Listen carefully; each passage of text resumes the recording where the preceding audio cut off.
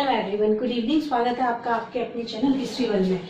राजस्थान के लोक संगीत, लोक नृत्य और लोक नाट्य हम देख चुके हैं। आज अपना फोर्थ टॉपिक होगा इसका, राजस्थान के लोक वाद्य यंत्र का। ठीक है, वाद्य यंत्र हम डिस्कस करेंगे। देखो, वाद्य यंत्र की इंपॉर्टेंस हम इस बात से ही जान सकते हैं कि संगीत चाहे शास्त्रीय संगीत हो या फिर वो लोक संगीत हो, हर किसी में वाद्य यंत्र जो है बहुत ही आवश्यक होता है। हर संगीत में वाद्य यंत्र बहुत ही आवश्यक होता है। वाद्य यंत्र जो है वो संगीत का एक महत्वपूर्ण अंग होता है। वाद्य यंत्र जो है संगीत का एक महत्वपूर्ण अंग होता है और ये एक तरीके से अपने लोक संगीत को माधुर्य भाव प्रदान करता है।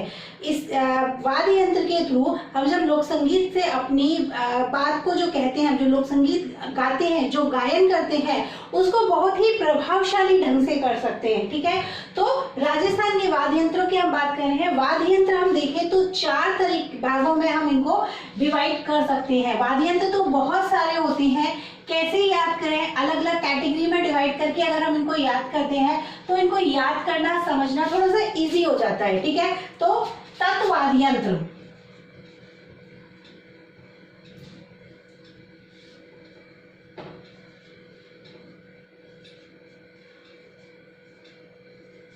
तत्वाद्य यंत्र, सुषिर वाद्य यंत्र,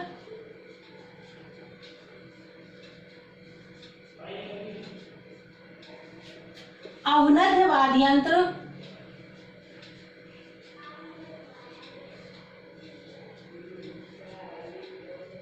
और चौथी कैटेगरी में हम रखते हैं घन वाद्य यंत्र। वाद्य यंत्र को समझने के लिए, याद करने के लिए इनको हम 4 कैटेगरी में डिवाइड कर लेते हैं।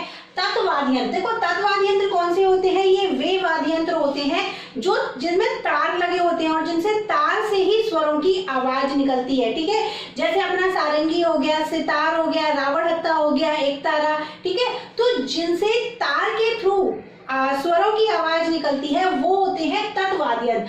वहीं पे सुषिर वाद्य यंत्र कैसे होते हैं? सुषिर वाद्य यंत्र होते हैं जिनमें फूंक मारने से, जैसे बांसुरी हो गई, पुंगी हो गई। ठीक है, तो जिनसे फूंक मारने से जिनसे आवाजें निकलती हैं वो होते हैं सुषिर वाद्य यंत्र।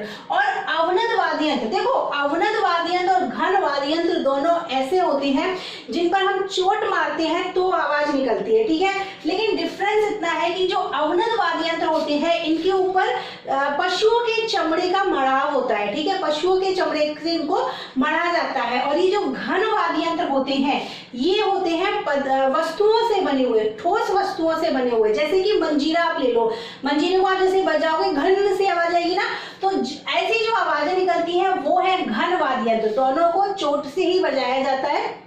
ठीक है, अब हर कैटेगरी में 14-14, 15-15 वाद्य यंत्र होते हैं। तो सारे वाद्य यंत्र एग्जाम में कैसे क्वेश्चन आते हैं? एग्जाम में मोस्टली आपसे यही क्वेश्चन पूछते हैं कि आपको 4 वाद्य यंत्र दे देंगे या और उसमें से ऊपर ऑप्शन में पूछ लेंगे कि क्वेश्चन में आपसे पूछ लेंगे कि इनमें से कौन सा वाद्य यंत्र सुषिर वाद्य यंत्र नहीं है। ठीक है, या फिर ऑप्शन देके बोल सकते हैं ये सभी वाद्य यंत्र किस कैटेगरी में आते हैं। ठीक, तो आपको हर एक वाद्य यंत्र को याद करना आवश्यक है कि वो किस कैटेगरी में है। अब इतने सारे याद कैसे करें? तो ऑब्वियसली सबके लिए कोई ना कोई ट्रिक बनाएंगे। ठीक है, तो शुरू करते हैं सबसे पहले तत्वाद्य यंत्र से। एक अच्छी सी ट्रिक देखेंगे और ट्रिक के साथ सभी वाद्य यंत्रों को याद करेंगे। नाम याद करने के साथ साथ हम ये भी देखेंगे कि उस वाद्य यंत्र में क्या होता है, कैसे बजाया जाता है, किस तरीके की उसकी बनावट होती है। ठीक है, तो सबसे पहले देखते हैं तत्वाद्य यंत्र।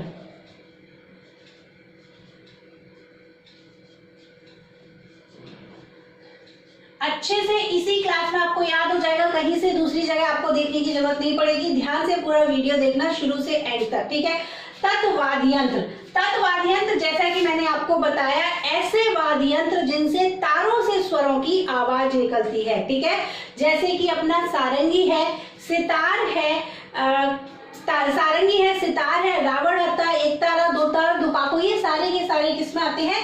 तत्वाद्य यंत्र में आते हैं। ट्रिक देखो, जरासु सरक, जरासु सरक तो गुजर भाई।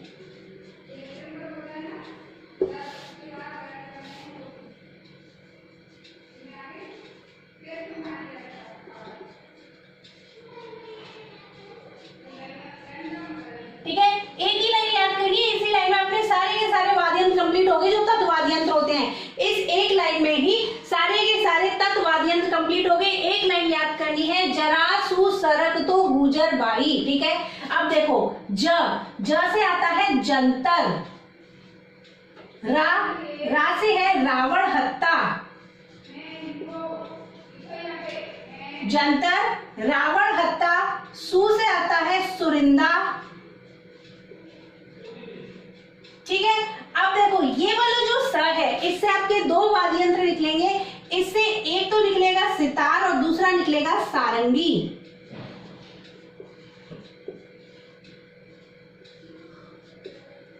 ठीक है, इस जो स से अपन दो वाद्य यंत्र बनाएंगे, एक तो है सितार, दूसरा है सारंगी। र से बनेगा रबाब, क से है कमाइचा। ठीक है, त से बनेगा अपना तंबूरा। ठीक, तंबूरा। गुजर से बनेगा गुजरी, गुजरी वाद्य यंत्र होता है। भाई में भ शब्द लो, इससे बनता है भपंग। और बचा आपका ई से देखो बनता है इकतारा, और एक के बाद क्या आता है दो, तो इकतारा और दो तारा। ठीक है, ये सारे के सारे आपके वाद्य यंत्र कंप्लीट हो गए। एक वाद्य यंत्र बचता है, वो आपको अलग से याद करना है, वो है दुकाको। ठीक, ये के सारे वाद्य यंत्र है, सिर्फ एक ही लाइन आपको याद करनी है, जरासु सरक तो गुजर भाई। सारे वाद्य यंत्र हो गए, जंतर, रावण हत्ता, सुरिंदा, सितार, सारंगी, रबाब, कमाइचा, तंबूरा, गुजरी, भपम, इकतारा, दोतारा और दुकाको। ठीक है, हो गए सारे के सारे। आप देखो इनको कैसे समझते हैं, किस चीज से बने होते हैं, क्या इनकी बनावट होती है, कैसे ये बजाए जाते हैं और कहाँ पर स्पेशली कैसे किस काम में ये आते हैं। ठीक, तो सबसे पहले शुरू करते हैं तत् वाद्य यंत्रों में सर्वश्रेष्ठ जो वाद्य यंत्र है अपना सारंगी। ठीक है, सारंगी से शुरू करते हैं। तो सारंगी की सबसे पहले बनावट देख लेते हैं। भाई देखो मेरी ड्राइंग इतनी अच्छी नहीं है, कोशिश करूंगी बनाने की, लेकिन अगर नहीं बने तो प्रॉपर नहीं बने तो फिर समझ लेना उसको।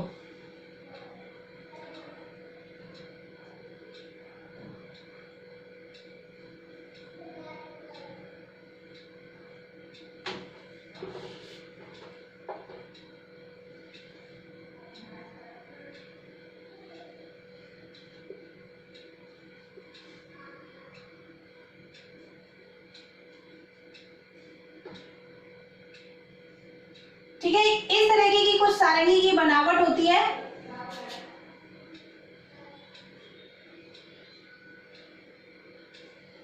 ठीक है, इस तरीके की कुछ सारंगी की बनावट होती है। अब देखो ये जो सारंगी होते हैं, इसमें एक बात याद रखना, एक तो 27 तार होते हैं। ठीक है, सारंगी में कितने तार होते हैं? 27 तार होते हैं। देखो तार वाले ही ये वाद्य यंत्र, तत् वाद्य यंत्र हम देख रहे हैं, सभी में तार की बात चलेगी, क्योंकि तत् वाद्य यंत्र होते ही वही है जिनसे तारों से स्वरों की आवाज निकलती है। ठीक है, तो सभी में तार ही आएंगे। सारंगी 27 तार होते हैं।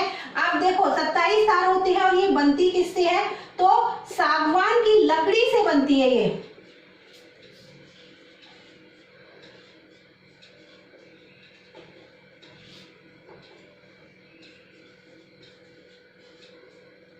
ठीक है, सागवान की लकड़ी से ये सारंगी बनाई जाती है। और इसका जो वादन होता है, इसको बजाते कैसे हैं? तो गज के द्वारा इसका वादन होता है। इसको जो बजाते हैं ना, उसको हम क्या कहते हैं? गज बोलते हैं। गज के द्वारा इसका वादन होता है। ठीक है, यूज कौन करता है, ये मतलब इसका प्रयोग कौन करता है, कौन बजाता है? तो देखो लंगा जाति के लोग, लंगा जाति मैंने आपको बताई थी, लोक संगीत के समय आपको याद हो तो लंगा जाति के लोग जो हैं वो गायन के समय का यूज करते हैं। लंगा जाति के जो लोग हैं वो गायन के समय सारंगी का यूज करते हैं। सारंगी के बाद देखते हैं तंबूरा। तंबूरा जिसको वीणा बोलते हैं,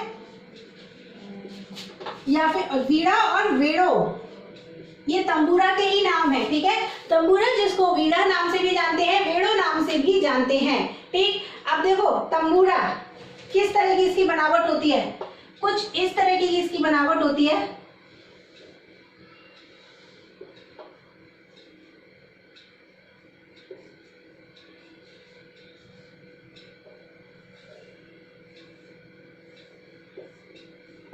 ठीक है, एक बात याद रखना, ये जो तंबूरा है इसमें 4 ही तार होते हैं। ठीक है, ये जो तंबूरा है इसमें 4 ही तार होते हैं और 4 तार होने के कारण इसको चौतारा भी कहा जाता है। ठीक है, 4 तार होने के कारण इसको चौतारा भी कहा जाता है। और इसको बजाया कैसे जाता है? उंगलियों में मिराज पहनकर इस तंबूरे को बजाया जाता है। ठीक है, तो देख लिया तंबूरा, इसमें कितने तार होते हैं? 4 तार होते हैं, 4 तार होते हैं और इसी वजह से इसको चौतारा भी कहा जाता है। ठीक है, तंबूरे के बाद में देखेंगे रावण हत्ता।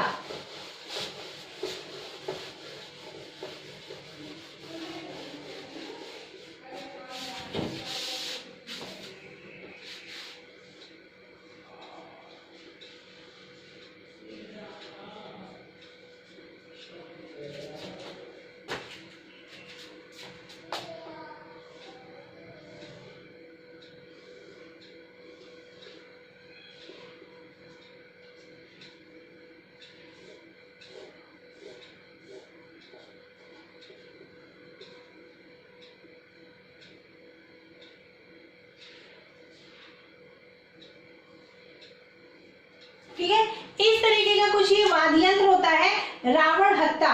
बहुत ही राजस्थान का बहुत ही प्राचीन वाद्य यंत्र है, बहुत प्राचीन समय से ये चलता है और ये गज के द्वारा बजाया जाता है, गज के द्वारा। अब इसकी जो गज होती है वो आप याद रखना है, इसकी जो गज होती है ना वो धनुष के समान होती है।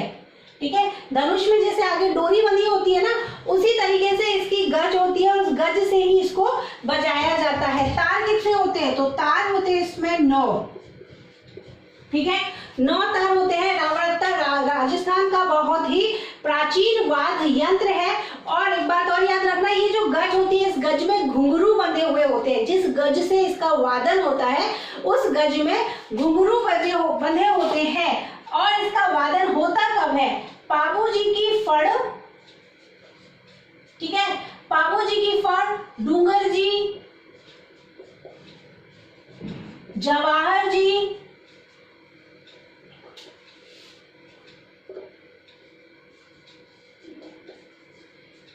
इनकी फड़ गाते समय भोपों के द्वारा इस रावण हत्ता का वादन किया जाता है। ठीक है, इनकी फड़ गाते समय भोपों के द्वारा रावण हत्ता का वादन किया जाता है। अब एक तारा, अब देखो एक तारा का तो नाम से ही पता चल रहा है कि इसमें एक तार होता है, ऐसे ही इसकी बनावट होती है। ठीक है, इसी तरह की बनावट होती है, एक तार ही होता है इसमें। एक तारा के तो नाम से ही पता चल रहा है एक ही तार होती है। ये एक तारा जो है इसको बहुत ही प्राचीन वाद्य यंत्र मानते हैं और इसका संबंध नारद जी से जोड़ते हैं। ठीक है, इसका जो संबंध है नारद जी से इसका संबंध जोड़ते हैं, इसलिए इसको आदि वाद्य यंत्र के नाम से भी जानते हैं। क्योंकि नारद जी से इसको हम संबंध जोड़ते हैं, कहते हैं कि नारद जी जो है वो एक तारा ही बजाते हैं, इसीलिए इस एक को हम आदि वाद्य यंत्र भी कहते हैं। ठीक है,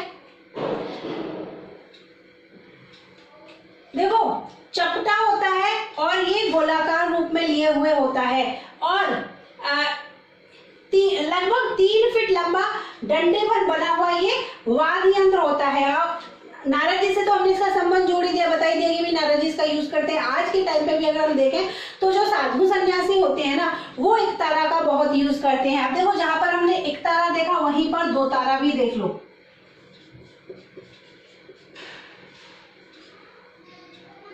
देखो एक तारा में जहां पर एक तार होता है वहीं पर 2 तारा में 2 तारों का यूज होता है। ठीक है, 2 तारा में कितने 2 तार होते हैं? 2 तार होते हैं। आकृति बनावट सब कुछ एक तारा की तरह ही होती है, आकृति और बनावट सब कुछ एक तारा की तरह होती है। बस डिफरेंस इतना ही है कि इसमें एक तारा की जगह एक तार की जगह 2 तार का यूज किया जाता है। इसके बाद में देखते हैं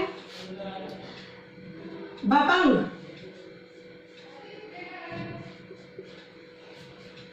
एक तारा, दो तारा, भपंग। अब देखो भपंग कैसा होता है, भपंग जो होता है ना वो कुछ कुछ डमरू की तरह होता है।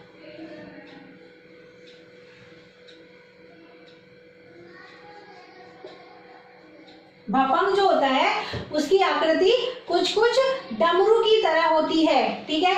और इसके ये जो होता है ना, इस पे पतली खाल का मड़ाव होता है और इसमें एक तार होता है, तार निकला हुआ होता है जिसका ही यूज करके इसको बजाया जाता है, ठीक है। तुंबे के समान होता है, डमरू से मिलता, तुंबे से बनता है, सॉरी तुंबे के समान नहीं, तुंबे से बनता है, डमरू के समान इसको ये दिखाई देता है, ठीक है।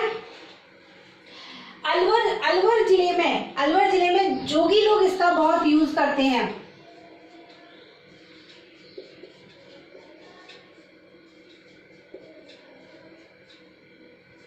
ठीक है। और कब यूज करते हैं ये, जब कथा वाचन करते हैं, जैसे राजा भर्तरी की कथा, राजा भर्तरी की कथा करते हैं।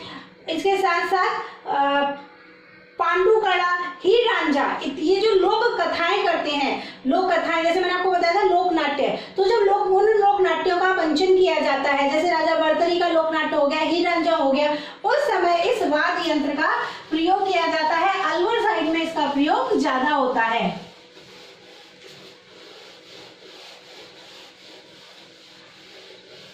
अब देखते हैं रबाब।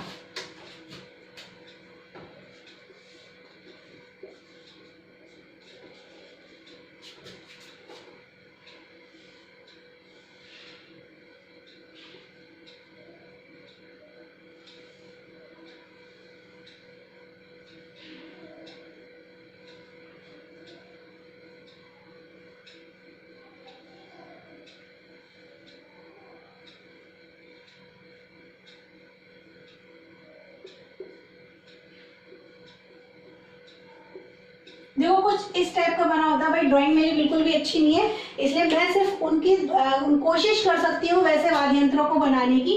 कुछ कुछ ऐसा होता है, सेम टू सेम नहीं कह रही, बिल्कुल ऐसा ही दिखेगा, ठीक है, क्योंकि ड्राइंग अच्छी नहीं है, इसलिए आप समझने की कोशिश करना सिर्फ ड्राइंग से। तो इस तरीके का कुछ बना हुआ होता है। अब देखो तार की बात आई में कितने तार होते हैं, ऑब्वियसली तार तो होंगे, तो इसमें होते हैं 4 तार। कितने होते हैं? 4 तार, ठीक है। कहां पर यूज होता है? तो अलवर एवं टोंक क्षेत्र में।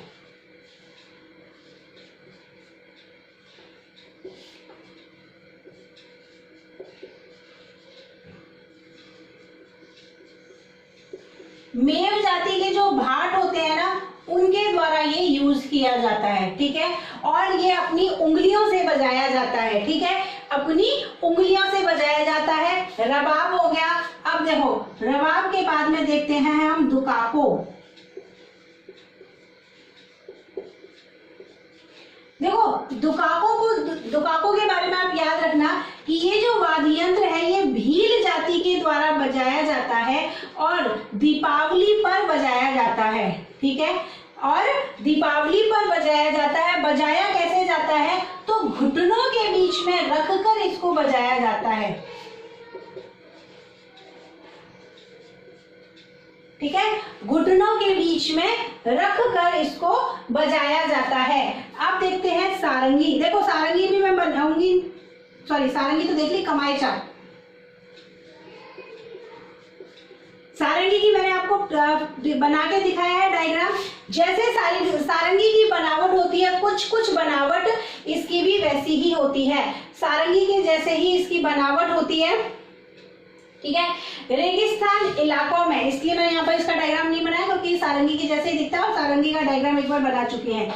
रेगिस्तानी इलाकों में जो मांगड़ियार जाती है,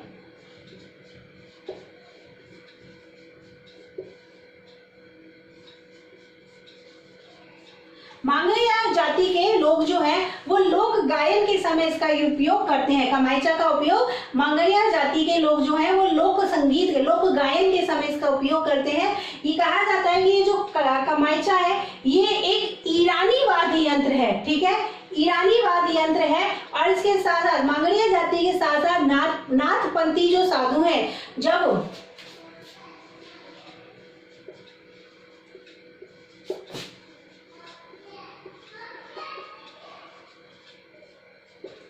राजा भर्तरी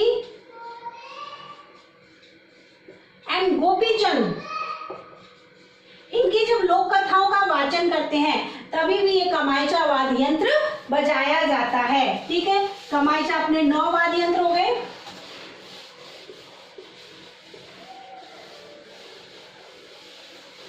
अब देखते हैं सितार।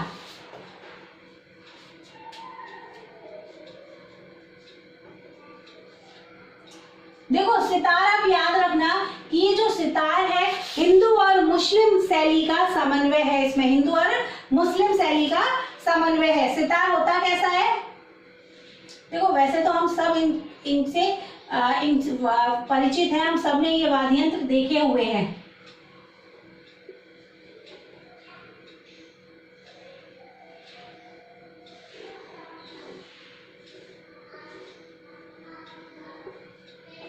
ये है अपना सितार।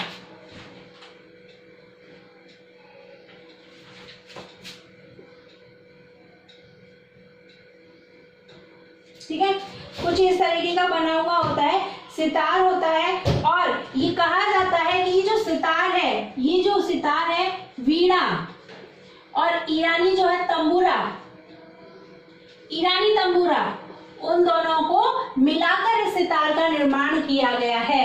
उन दोनों को मिलाकर इसका निर्माण किया गया, इसका आविष्कार किया गया है। अब जब आविष्कार हुआ है तो किसने किया है? तो भाई इसमें इनका नाम आता है अमीर खुसरो।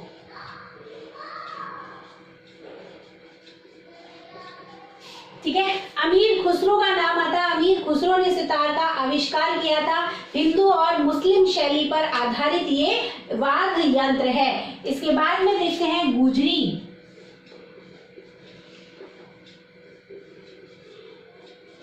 ठीक है, गुजरी जो होता है वो रावण हत्या के जैसा ही होता है।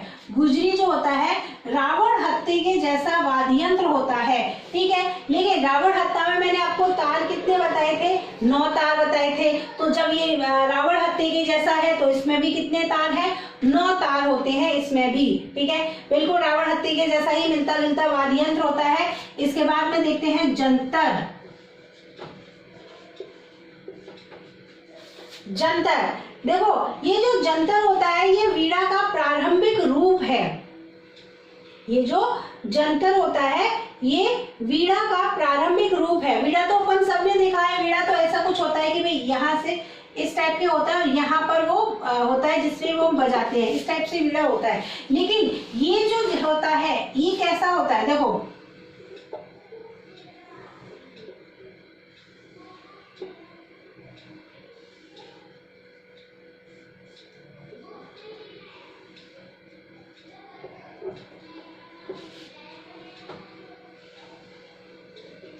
ठीक है, इस तरीके का ये वाद्य यंत्र होता है।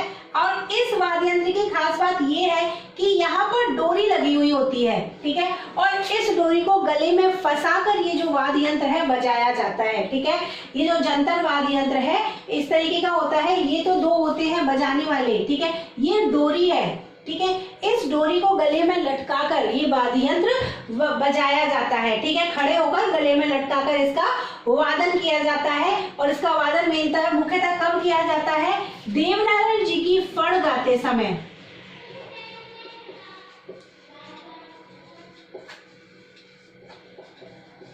ठीक है, देवनारायण जी की फण गाते समय भोपों के द्वारा इसका वादन किया जाता है। ठीक, अब देखते हैं लास्ट सुरिंदा।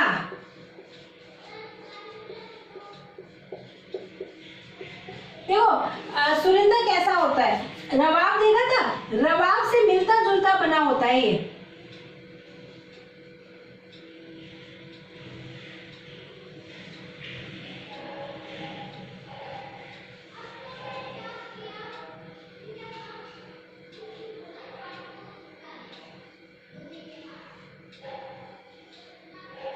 ठीक है, इस तरीके का ये वाद्य यंत्र होता है सुरिंदा। और ये जो होता है लंगर जाति के द्वारा बजाया जाता है।